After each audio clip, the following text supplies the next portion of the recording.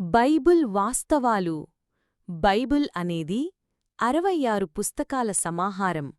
ఇది సుమారు 1500 సంవత్సరాల కాలంలో వ్రాయబడింది. బైబిల్ 2 ప్రధాన భాగాలుగా విభజించబడింది: పాత నిబంధన మరియు క్రొత్త నిబంధన. పాత నిబంధనలో 39 పుస్తకాలు ఉన్నాయి మరియు కొత్త నిబంధనలో 27 పుస్తకాలు ఉన్నాయి. బైబిల్ అనే పదం గ్రీకు పదం బిబ్లియా నుండి వచ్చింది. దీని అర్థం పుస్తకాలు. బైబిల్ మొదట హీబ్రూ, అరామిక్ మరియు గ్రీకు భాషలలో వ్రాయబడింది.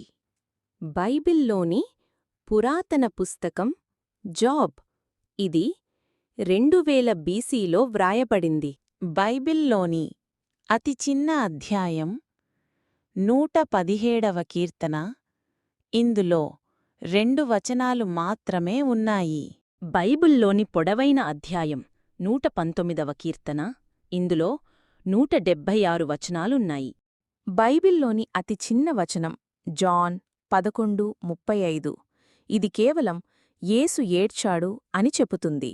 బైబిల్లోని అతి పొడవైన వచనం ఎస్తేర్ 8:9.